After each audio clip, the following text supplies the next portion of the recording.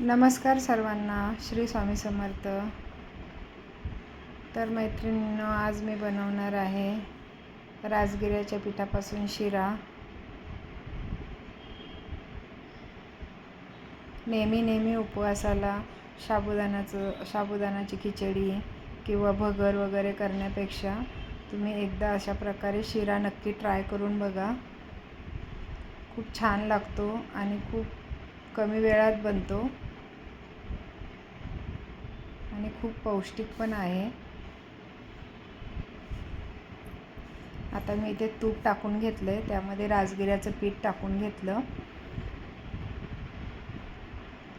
4 ते 5 मिनिटच लागतात हे पीठ भाजायला. आता मी एक बदाम घेतलेत आणि 4-5 काजू घेतलेत. हे मिक्सरला थोडेसे फिरवून घेते, जास्त बारीक नाही करायचे.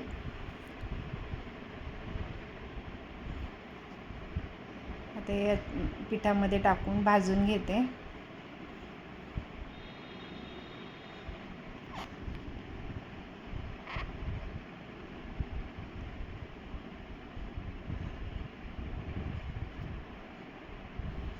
थोडेसे मनुके असेल तर मनुके पण टाकून घ्या. दाताखाली मनुका आला खाताना तर छान लागतो.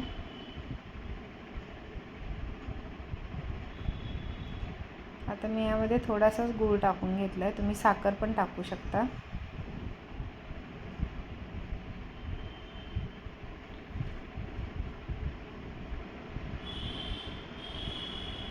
एकदम कमी साखर किंवा गूळ लागतो, जास्त टाकायची गरज नाही.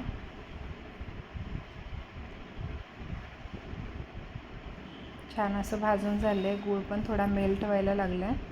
आता मी यामध्ये दूध टाकून घेते. तुम्ही पाणी पण टाकू शकता, गरम पाणी करून, पण दुधाने टेस्ट छान येते.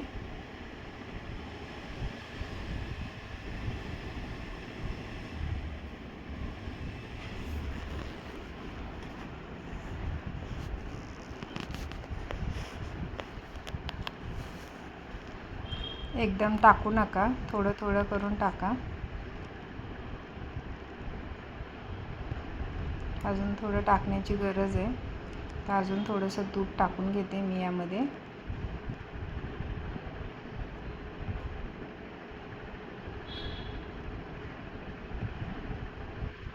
खूप हेल्दी असा शिरा आहे हा.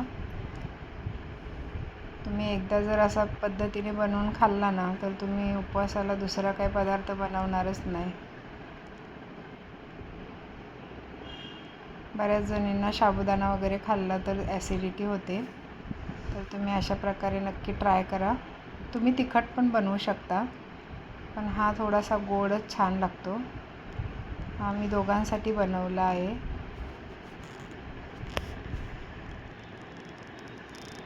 एकच मिनिट याला मी वाफ देऊन घेते.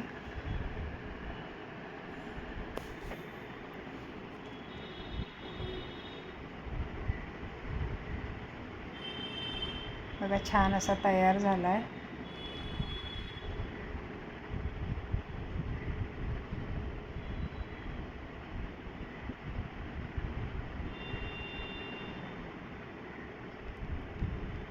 अशा प्रकारे शिरा तुम्ही नक्की बनवून बघा.